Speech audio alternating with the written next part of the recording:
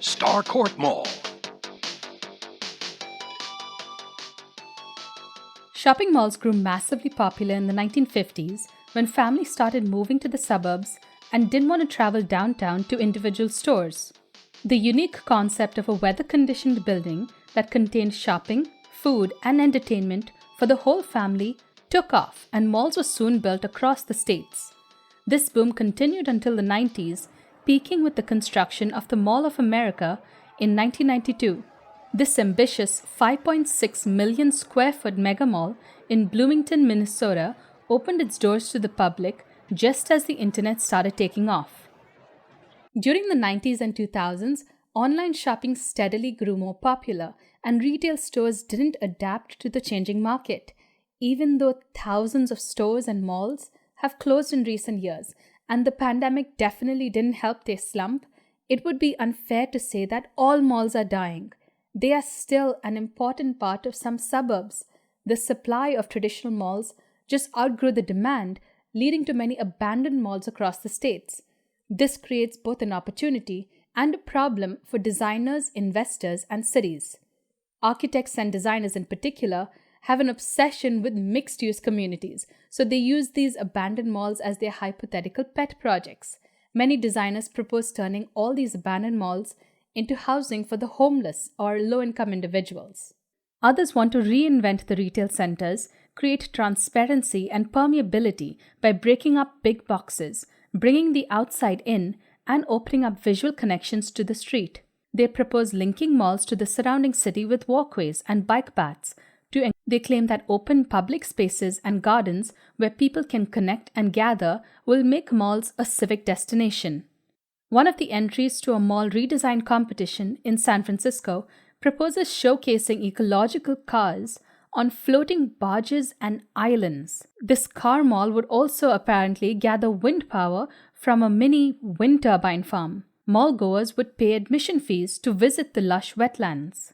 With all due respect, what the These sort of grandiose, idealistic architecture proposals unfortunately reinforce the idea among engineers that architects are disconnected from reality. All we do is draw fancy sketches and renderings, throw them at other disciplines, and tell them to make it work. Designers, make it work, and you have less than an hour. Investors are not going to pour millions and billions of dollars into spaces just to make people feel good, to bring the community together, and then let them go back home and spend all their money shopping online. Malls are intentionally designed to keep people indoors, to keep people shopping and spending their money. Just like casinos, there is minimal daylight entering malls, so you lose track of time. The lack of connection to the outside is an intentional psychological play. Furthermore, making blanket statements about providing bike paths and walking trails is ridiculous. Most malls are located in suburbs close to highways. Where are you biking to? Also, what works in one state or country is not going to work in another. You have to take demographics, climate, neighborhoods, and surrounding amenities into account. Would you really visit an open-air mall with green spaces during Minnesota's winters? Okay, so let's cut through all the fluff. We have abandoned malls. There are 3 things we can do with them. Leave them as is and make minimal changes. They can be completely demolished, or they can be a hybrid project where a part of the mall is saved and the rest is converted. I worked on the conversion of the Collin Creek Mall here in North Dallas, which is a hybrid development, so I'll share some of my personal experience later on in this video. First, we'll discuss mall conversions that have minimal changes. An abandoned 250,000 square foot mall in Reading, England was converted into a zombie shopping mall experience. A group of 15 survivors have 3 hours to fend off waves of the undead. A mega church in Forest Park, Illinois, called Living World Christian Center, converted a 33-acre shopping mall in 1997. Windsor Park Mall in San Antonio, Texas, opened its doors in 1976, but the neighborhood was soon overrun with crime. Rackspace, a startup tech company, bought the abandoned building for $27 million and paid another $100 million to convert it into their headquarters. This in turn revitalized the area and brought in new businesses. The Arcade in downtown Providence, Rhode Island, which was built in 1828, is considered to be the nation's oldest indoor shopping mall. Its Neo-Greek Revival architecture landed it on the list of National Historic Landmarks. In 2013, it was converted into a mixed-use space with micro-lofts, boutiques, and coffee shops.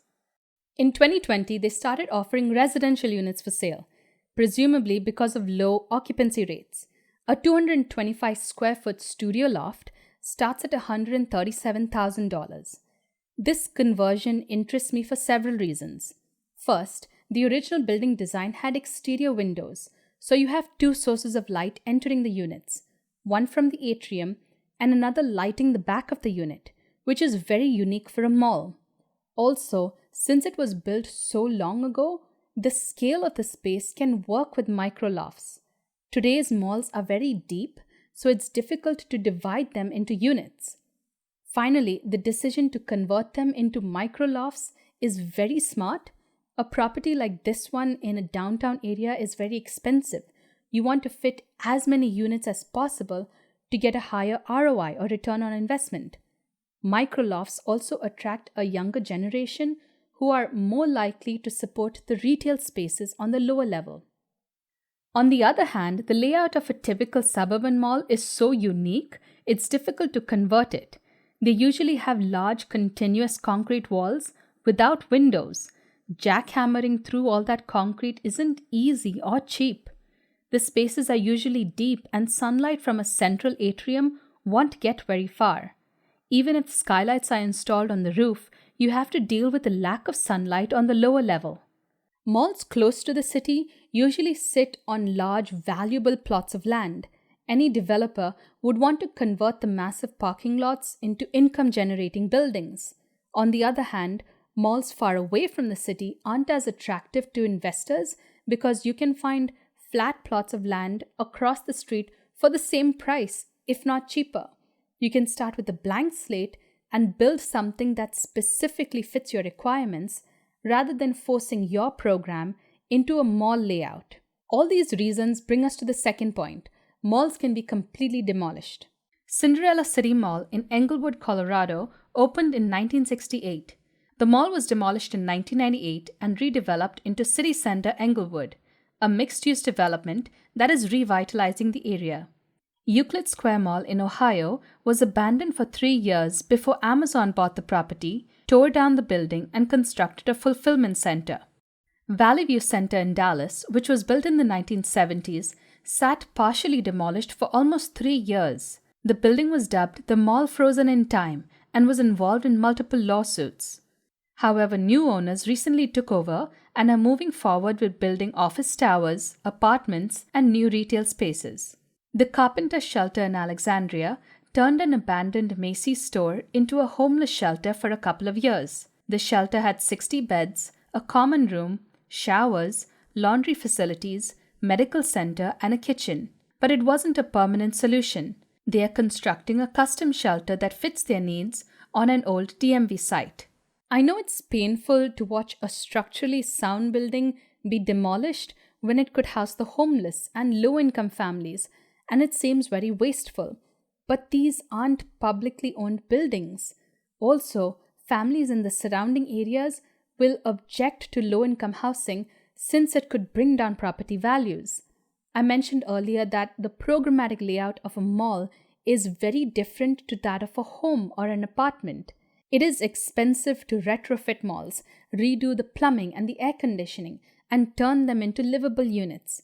After going through cost analysis scenarios, developers often realize that they'd save money and time by demolishing the structure and just erecting a new one. The third option is a hybrid conversion, where a part of the mall is kept and the rest of the land is developed for other uses. The Mayfield Mall in Mountain View, California was built in 1966. Hewlett-Packard turned it into an office building by adding a second story, an enclosed atrium, and high ceilings. In 2013, Google took over the space for their Mysterious X company, a semi-secret research and development facility. 100 Oaks Mall was Nashville's first large-scale enclosed shopping mall in 1968. Following extensive renovations in 2008, the bottom floor of the mall remains open for retail, but the upper floor and the office building are now used for medical clinics and admin offices, operated by Vanderbilt University Medical Center. Finally, let's discuss the conversion of the Collin Creek Mall in Plano, North Dallas, which I worked on. The main atrium space will remain as a mall, but the big box stores that acted as anchors will be demolished. In their place, 2 6-story residential towers will be constructed with underground parking. The parking lot outside the mall will be torn up and converted into row homes, a senior living facility, hotel, and park. This is an expensive billion-dollar development located off a major highway. Density is very important on this large, valuable plot of land. Overground parking is not an efficient use of land, so it's going to be buried underground. This conversion is very vital for the area to ensure that it doesn't deteriorate into a neighborhood known for crime and low property value. Hope you enjoyed that overview of mall conversions. If you have any personal experience with the mall that has been converted, leave me a comment below. I'll also link my Patreon page. If you can support me, I'd really appreciate it. You've been leaving me some very interesting ideas for topics I can cover in the future. So thank you for that. Keep them coming. Don't forget to hit the like button and subscribe to my channel. Thanks for watching. See ya.